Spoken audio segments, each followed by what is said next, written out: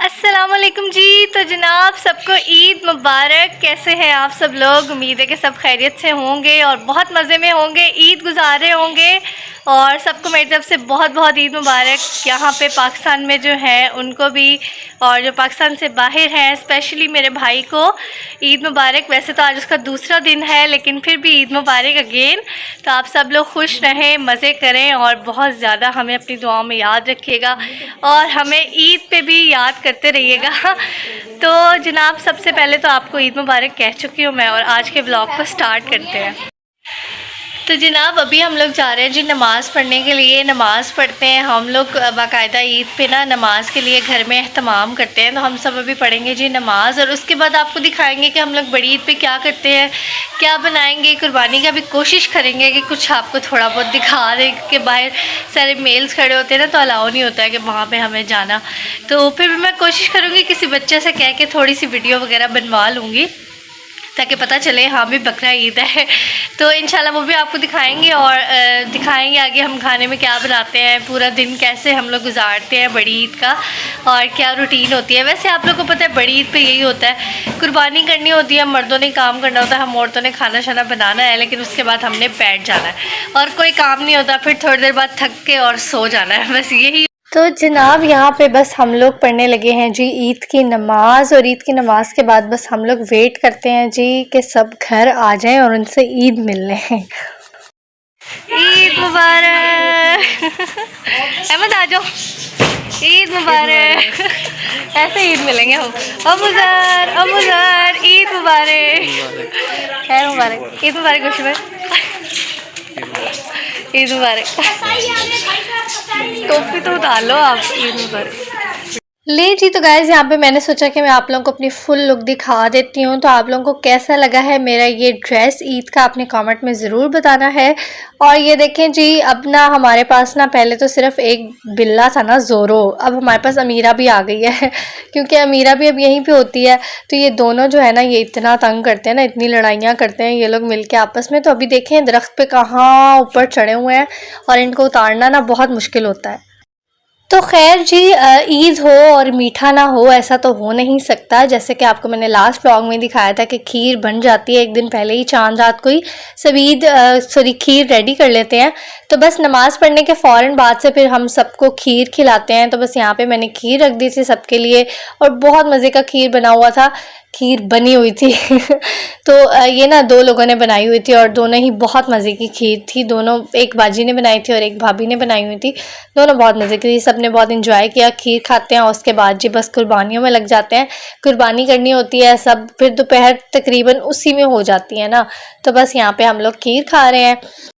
और जी ये देख लें जी, यहाँ पे सब बस मसरूफ़ हैं और ये तकरीबन आधा दिन ना, बड़ी ईद में यही होता है, ज़ाहिर कुर्बानी करनी होती है, मेन काम तो यही होता है ना, कुर्बानी करनी होती है। तो सारा टाइम ना उसी में गुजर जाता है। और बस यहाँ पे सब ये जो मेल होते हैं ना बैठे होते हैं, जेंट्स हमारे घर के सब, तो ये लोग इस काम में बिज़ी होते हैं। कोई कुछ कर रहा है, कोई गोश्त बनवा रहा है, कोई कुछ कर रहा है, कोई यहाँ पे जैसे ये देख लें जी, ये साथ साथ ना, मतलब साथ साथ सारा काम ना कोशिश होती है कि ख़त्म हो जाए। जनाब हाँ जी, तो नमाज पढ़ ली है हमने, खीर भी खा ली और मैंने अपनी जगह दोबारा से वही वाली संभाल ली है तो अभी बाहर कुर्बानी हो रही है और आप लोगों ने देख ही लिया, थोड़ा बहुत मैंने दिखाई दिया है। तो अभी अब्दुल अहद अभी तक सो के नहीं उठा है और जब वो उठेगा तो फिर उसको तैयार करेंगे और दिखाएंगे आपको। कपड़े तो आपने वैसे देख ही लिए हैं उसके, लेकिन चलें आपको तैयार करके भी हम दिखा देंगे इंशाल्लाह। और ईद तो मेरी तभी कंप्लीट होगी जब अब्दुल अहद उठेगा, तैयार शार होगा, उससे ईद मिलूँगी, तो फिर ही मज़ा आएगा ईद का। तो बस जल्दी से अब अब्दुल अहद उठ जाए और उसको तैयार करते हैं।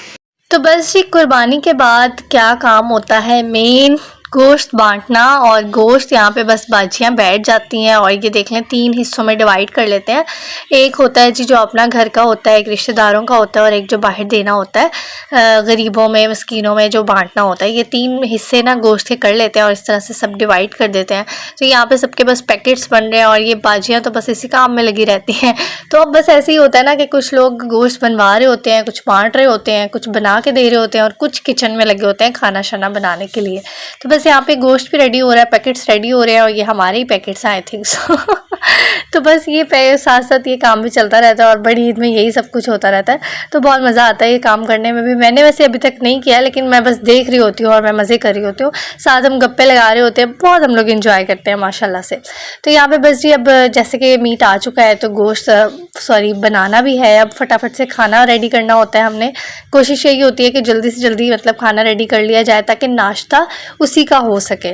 तो बस यहाँ पे ना मैं साथ साथ हम लोग चीज़ें भी कट कर रहे थे, सभी लगे हुए थे, कोई प्याज काट रहा था, मैं टमाटर काट रही थी, साथ एक भाभी छील के दे रही थी, मैं कटिंग करी जा रही थी। तो इस तरह से हम मिलजुल के काम करते हैं, जिसका बहुत ज़्यादा मज़ा आता है हम लोग को मिलजुल के काम करने में, बहुत खूब इंजॉय करते हैं हम लोग ईद पे माशाल्लाह से।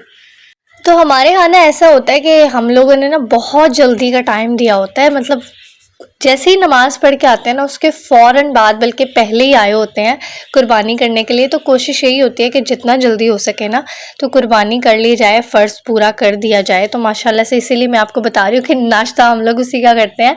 तो बेसिकली ऐसा होता है ना कि 9 और 10 ज़िलहज का जो रोज़ा होता है, तो अगले दिन जो ईद वाला दिन होता है ना, वो रोज़ा अपने मीट के साथ ही थोड़ा सा खोलना होता है, यानी कि वो बस आपको जैसे ही मीट आए, कलेजी वैसे बेसिकली मैंने सुना हुआ है, बाकी ये मुझे पता नहीं है कन्फर्म है कि नहीं है। तो कलेजी हो या मीट हो जो भी हो, तो उसी के साथ आपने अपना वो रोज़ा ना, मतलब पहला जो लुकमा आपने लेना होता है ना, वो मीट का ही लेना होता है। तो जी हमारे बड़ी ईद पे जो मेन्यू होता है ना वो ऑलमोस्ट सेम ही होता है, यानी फ़र्स्ट डे हम लोगों ने मीट कढ़ाई बनानी होती है और साथ में कलेजी बनानी होती है। तो यहाँ पे बस कलेजी बन रही है और भाभी ने क्या किया था कि प्याज और टमाटर जो थे ना वो प्रेशर कुकर में लगा के रख दिए थे, क्योंकि वो कह रही थी कि कलेजी ना बहुत ज़्यादा पानी छोड़ देती है और फिर प्याज का टमाटर का पानी जो होता है ना वो इतना ज़्यादा हो जाता है कि वो फिर ना मतलब थोड़ा मुश्किल हो जाता है संभालना। तो इसीलिए ना वो पहले से ही प्रेशर कुकर में लगा देती हैं मसाला वगैरह, ताकि जो एक्स्ट्रा पानी है ना वो पहले से ड्राई हो जाए और उसके बाद जब हम कलेजी डालें तो वो इतना पानी हो कि वो आराम से उसकी भुनाई हो जाए और वो मज़े का बने। तो खैर जी कलेजी के लिए यहाँ पे प्याज टमाटर को अच्छी तरह से भून के उसके अंदर हमने लहसुन अदरक का पेस्ट डाल दिया और सब मसाले ऐड कर दिए। सेम वही मसाले होते हैं, कोई चेंजेस नहीं है। जिसमें जी हम लोगों ने ऐड किया है नमक, थोड़ी सी दड़ा मिर्च, थोड़ी सी कुटी हुई लाल मिर्च, थोड़ी सी इसमें सूखा धनिया और ज़ीरा कुटा हुआ, बस यही ऐड किया था। हल्दी मैं भूल गई थी डालना, मतलब भाभी ने पहले ही मसाले ऐड किए हुए थे, लेकिन वो हल्दी उन्होंने ऐड नहीं की थी, तो बाद में फिर हल्दी ऐड कर दी थी मैंने। और यहाँ पे भी आपने देखा कि कलेजी डालने के बाद थोड़ी देर उसको भून के तो इसके अंदर हमने दही ऐड किया था और यहाँ पे मैंने हल्दी भी ऐड कर दिया था, जिससे इसका बहुत ही प्यारा सा कलर आएगा और जो है ना बहुत अच्छी ज़बरदस्त सी हमारी कलेजी रेडी हो जाएगी। तो नमक इसमें थोड़ा सा कम था तो और ऐड कर दिया था, जो कि जी आप अपनी लिहाज से देख सकते हैं, आपकी अपनी चॉइस है, आप ज़्यादा खाते हैं ज़्यादा डाल लें और थोड़ा खाते हैं तो थोड़ा डाल लें। और एंड पे बस जी जब ये इसका ऑयल सेपरेट हो गया ना तो इसके अंदर डाल दिया जी 2 से 3 मैंने लेमन का जूस ऐड कर दिया था और ये ग्रीन चिलीज़ हमने ऐसे ही डाल दी थी क्योंकि ना ये पहले ही ऑलरेडी बहुत स्पाइसी हो गई थी, तो अगर ज़्यादा स्पाइसी ना हो तो आप ग्रीन चिली कट करके भी डाल सकते हैं। और लास्ट पे बस इसके अंदर थोड़ा सा गरम मसाला ऐड किया और यहाँ पर आप देखें जी कलेजी बहुत ज़बरदस्त किस्म की हमारी रेडी हो चुकी है, भुनाई हो चुकी है, ऑयल सेपरेट हो चुका है, बहुत मज़े का खाना रेडी हो चुका है। और साथ में जैसे कि आपको मैंने बताया कि मीट कढ़ाई भी बनती है, तो मीट के लिए सबसे पहला जो स्टेप होता है वो यही होता है कि उसको प्रेशर कुकर लगा के रखना पड़ता है, क्योंकि मीट इतनी जल्दी से नहीं बनता है। तो जब आपने जल्दी जल्दी बनाना हो तो उसको प्रेशर कुकर में लगाएं। और जो कुर्बानी का मीट होता है ना वो बहुत जल्दी से गल जाता है, लेकिन फिर भी प्रेशर कुकर तो उसको देना पड़ता है। लेकिन उसका ये होता है कि बाज़ार वाला जो होता है उसको तकरीबन 15-20 मिनट लग जाते हैं, लेकिन जो ये वाला होता है ना इसको आपको 10 मिनट भी दे देना आप प्रेशर कुकर, तो ये आपका बहुत अच्छे से ना मतलब सॉफ्ट हो जाता है, बहुत ज़बरदस्त बन जाता है। तो बस ये इसके बाद जी कुकर में से इसको निकालने के बाद जब बीफ हमारा सॉफ्ट हो गया तो इसको हमने शिफ्ट कर दिया जी कढ़ाई में और साथ में इसके अंदर टमाटोज़ ऐड कर दिए और दही ऐड कर दिया और सब मसाले हमने इसके अंदर ऐड करके ना तो बस इसको रख दिया था पकने के लिए, क्योंकि इसके बाद तो बस इसका जस्ट भुनाई करनी है और तो कोई काम भी नहीं रह गया। और भुनाई करने के बाद जी ये तकरीबन इस शक्ल में आ चुकी है और ऑयल क्योंकि पहले ऐड नहीं किया है तो अब हम इसके अंदर ऑयल ऐड कर देंगे और बस हमारी यहाँ पे जो कढ़ाई है वो रेडी हो जाएगी। इसको ज़बरदस्त किस्म का गार्निश करके हम सर्व कर देंगे। तो इसी के साथ जी अब्दुल अहद यहाँ पे उठ चुका था, माशाल्लाह से इसको मैंने रेडी कर दिया था और अब्दुल अहद के साथ आज कुछ हुआ भी है जो मैं आपको आगे जाके बताऊंगी। तो खैर अब्दुल अहद उठ गया था, उसके बाद जी बस खाना बन चुका था, सबको बहुत भूख लगी हुई थी और हम वेट कर रहे थे जस्ट खाना लग जाए और बस उसके बाद कोई हमें होश नहीं रहनी। तो खैर जी खाना लग गया था और बस हम लोग सब खाना खा रहे थे। ये हमने 2 मतलब तरह के बनाए थे, सालन सेम ही थे लेकिन बनाए 2 दफ़ा थे। तो खैर जी, उसके साथ कलेजी भी थी और बहुत मज़े का खाना था, सबने बहुत एंजॉय किया और ईद का पहला दिन हमारा आधा तकरीबन गुजर चुका था।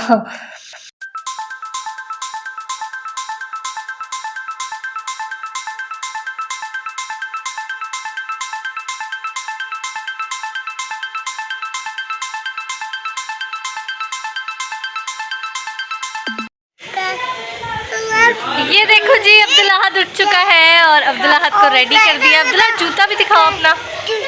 ये देखो जूता जूता और ये अब्दुल्ला हाथ का सूट और ये बाबा के साथ मैचिंग और मैं कल पहनूंगी ब्लू वाला। वाओ, चलो टाटा टाटा। तो जनाब, यहाँ पे जैसे कि मैंने आपको लास्ट में ब्लॉग में बताया था कि हमें चांद रात में बिल्कुल मौका ही नहीं मिला मेहंदी लगवाने का। तो अब हम लोगों ने अपने सब काम शाम करके ना, तो हमने कहा चलो अभी मेहंदी लगवाते हैं। तो यहाँ पे बस हम मेहंदी लगवा रहे थे और मैं भी मेहंदी लगवा रही थी। मुझे अब्दुल्ला इतना तंग कर रहा था। अब्दुल्ला जब भी देखता ना कि मेरी मम्मा के साथ कोई कुछ कर रहा है तो उसको होता है कि पता नहीं ये मेरी मम्मा को क्या कर रहे हैं ना, तो वो रोने लग जाता है कि मेरी मम्मा को छोड़ो, मेरी मम्मा को छोड़ो। उसको लगता है पता नहीं मुझे इनको ना मतलब कुछ कर रहे हैं ये लोग, तो बस वैसे तंग करने लग जाता है। तो मेरी मेहंदी कभी लग रही थी, कभी छोड़े थे, आधी अधूरी ना बस चल रही थी।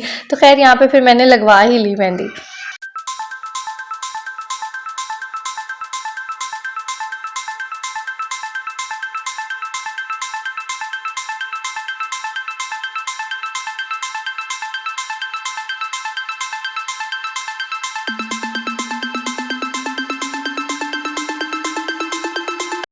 तो इसके बाद जी तकरीबन आधा घंटा सो चुका था, सबकी बस हुई हुई थी, लेकिन मैं और मेरे हस्बैंड अब्दुल अहद और कुछ लोग जाग रहे थे। तो हम लोग ना निकले बाहर। हमने कहा चलो कुछ खा के आते हैं, पी के आते हैं। ठंडा वैसे खाने का तो इतना नहीं था क्योंकि खाना शाना खा चुके थे, फुल हुए हुए थे बिल्कुल, लेकिन कुछ ठंडा पीने को ना बहुत दिल कर रहा था।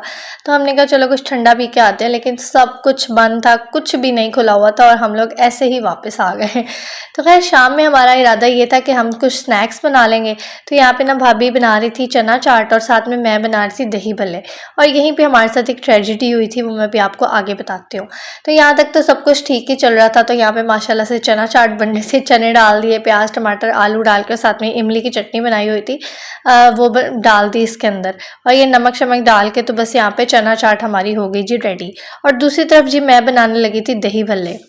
दही भल्लों के लिए ना मैंने फुल्कियाँ रेडीमेड ही बाहर से मंगवा ली थी। मैंने कहा अब बहुत ज़्यादा मतलब ना गर्मी थी, बिल्कुल हिम्मत नहीं हो रही थी चूल्हे के आगे खड़े होकर कि मैं फुल्कियाँ बनाती, काफ़ी सारी बनानी थी, तो इसलिए मैंने रेडीमेड ही मंगवा ली थी। तो आपने देखा कि मैंने बनाते बनाते एकदम छोड़ दिया और फिर आपको जो है मैंने ये फुल लुक दिखा दी है कि दही भल्ले रेडी हो गया, चना चाट रेडी हो गया।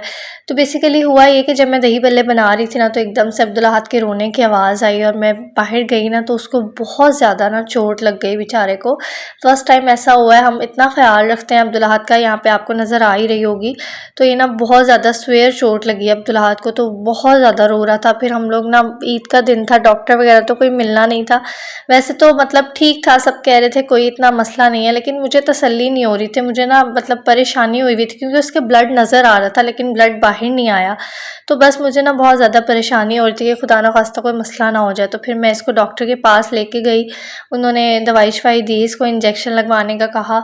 तो फिर मुझे तसल्ली हुई कि हाँ ठीक है, माशाल्लाह से कोई मसला नहीं है। उसके बाद बस हम लोग घर आए और ये आते ही सो गया। तो बहुत ज़्यादा ना मतलब मुझे परेशानी हो रही थी, इतना मेरा दिल घबरा रहा था ना।